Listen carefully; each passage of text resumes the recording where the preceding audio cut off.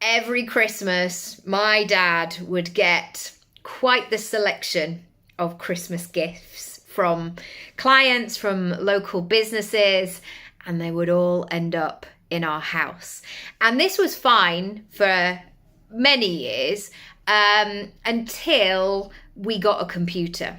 And this was like one, you know, in the days where you'd have a computer and it would enter your house like it was an alien, because it probably was in the 90s, and everybody would be like, don't touch it, make sure you turn it off, don't go too close. Oh my goodness, somebody's used it for 4 hours today, hope it's going to be all right. It was almost like having a Tamagotchi, like, let's keep this thing alive.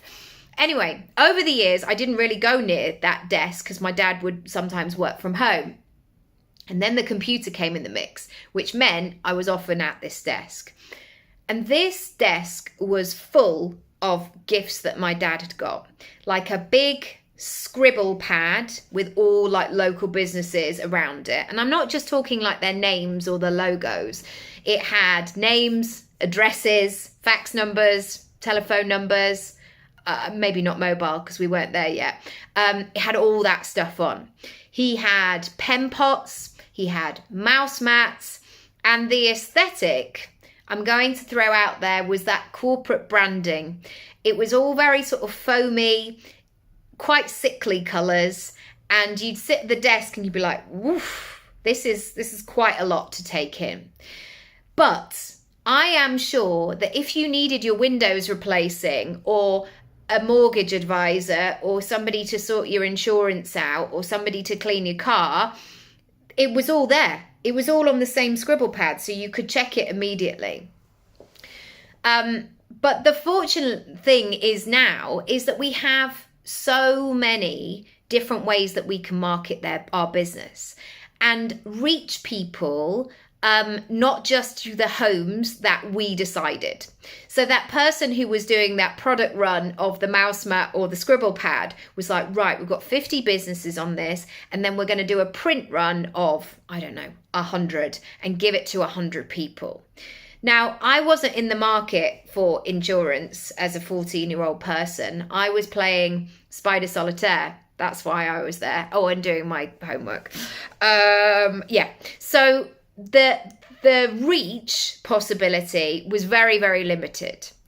Now we have the internet, which of course you know, but it's so brilliant. All you have to do as a personal brand, a portfolio career, is not get confused or overwhelmed by what the algorithm's doing. None of us can work it out. None of us know what's happening there. All we can do is keep showing up and delivering great content that is suitable for our ideal clients.